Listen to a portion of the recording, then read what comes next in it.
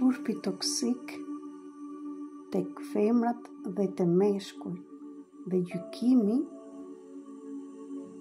nga prindrit, familja, mësuesit, kolektivi e gjithë shoqëria.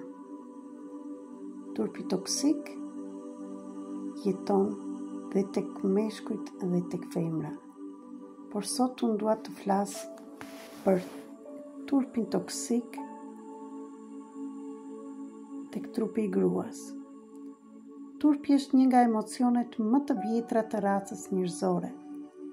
Në fillim, ai kishte një rol të vogël mbrojtës, të na tregonte ne femrave kur kishim nevojë të ndalonim, të reflektonim, të ruanim respektin për veten apo për të tjerët. Por me kalimin e kohës, ai u kthye në armë. Një armë e përdorur për të kontrolluar trupin, ndjenjat, dashurinë dhe fuqinë e njeriut. Turpi toksik nuk është ndjenjë që kalon, është energji që ngjitet në qelizat tona, në muskujt, në frymën tonë.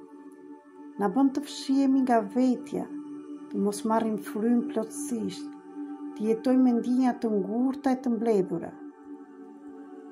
Gratë kanë mbajtur këtë peshë për shekuj të mëdha.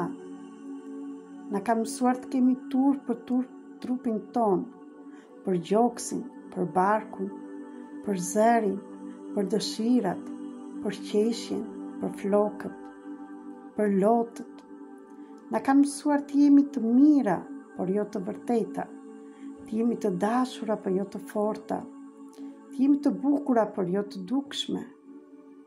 Turpi toksik është ai zë i brendshëm që thotë: mos e trego shumë veten, mos fol shumë, mos e do kaq shumë, mos e ndjej trupin tënd, mos u shpreh, se do të gjykojnë, mos qesh, se do të thonë që je për dal, mos fol me meshkujt, se do jesh e për dal. Dhe ky zë krijon ndarje të thellë brenda gruas. Ajo ndau shpirtin nga turpi, nga trupi, ndjenjen nga mendimi, dashurinë nga frika. Dhe kur ndarja ndodh, trupi fillon të flasë me dhimbje. Trupi toksik shfaqet në trup si tension, kontaktim, sëmundje. Nëse ke problem në fyt, bllokimin e zërit dhe mos shprehje, në gjoks, si dhimbje, mungesë fryme, ndjes si shtypje, në bark si ndalesë e energjisë femërore, si mungesë dëshire, frikë nga intimiteti, në shpinë si barë që mbajnë për të gjithë. Shumë gra nuk e dinë se dhimbjet e tyre të përditshme janë dhimbje të trashëguara të trupit dhe të turpit që është mbajtur në trup. Trupat tanë mbajnë historinë e gjyshes që nuk guxoi të fliste, të nënës që u gjykua, të motrave që u detyruan të heshtin për të qenë të denja.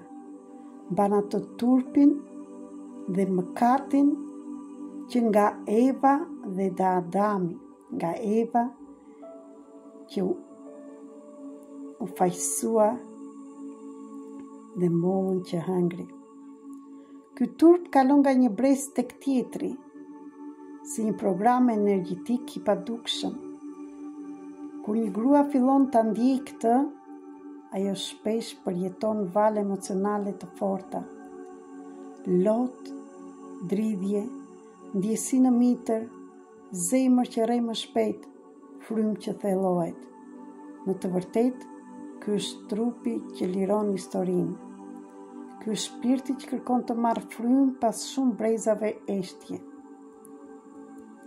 Trupi toksik gjithmonë kërkon të fsheh dëshirat sepse na kanë mësuar se janë mëkat, fsheh dhimbjen sepse duhet të jemi të forta, fsheh pansionin sepse është i rrezikshëm, fsheh dritën sepse mund të na gjykojnë, dhe kështu gruaja fillon të jetojë gjysmën e vetes, ecën me një mask, flet me një zë të mbytur, do, por me frikë.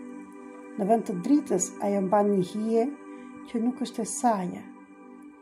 Por shërimi fillon pikërisht në momentin që ne guxojmë ta shohim turpin, ta emërtojmë, ta ndjejmë dhe mos ikim prej tij. Kur e shohim turpin, u mbet fuqinë, sepse turpi jeton në errësirë, por vdes në dritë. Kur një grua vendos të mos ketë më turp nga trupi i saj, ajo rikthehet në yneshën që gjithmonë ka qenë. Turpi i saj bëhet shtëpi, jo burg. Dhe trupi i saj lulëzon. Ndjenja e saj bëhet udhërfyese, jo armik.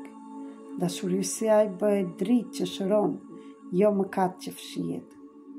Turpi toksik është energji e ngjitur në rrënjët e tokës femërore. Por kur një grua çlirohet prej saj, ajo çliron gjenerata të tëra paraardhësisht, sepse çdo njeri, çdo grua mban 20 breza të paktën para nesh dhe gjithçka që kanë kaluar. Erdhi koha që ne të ndihmojmë dhe të lirojmë. Dhe sistemi përfaqësik transformues 333 është një nga metodat që do të ndihmojë të lirohesh dhe nga paraardhësit dhe nga turpi i rrënjësuar në çdo qelisë të trupit tënd. Kur gruaja qan, toka merr frymë. Kur ajo fal trupin e saj, dhe dritë në të gjitha linjat e femrave para saj. Kur ajo thot, unë nuk kam më turp nga vetja ime, qielli dhe toka bëhen një dhe ajo kthehet në vetvete. Erdhi dita që ne të themi mjaft më, dhe ne do bëhemi urë, kalimi, do bëhemi shërimi dhe jo trashëgimi. Jam këtu, Marita Cake, terapiste energjetike, dhe jam këtu të të ndihmoj të lidhesh me zemrën dhe të lirosh traumat dhe të zgjohesh dhe të jesh ajo që ke ardhur në këtë jetë jetosh. Gjinia femërore. Të falenderoj.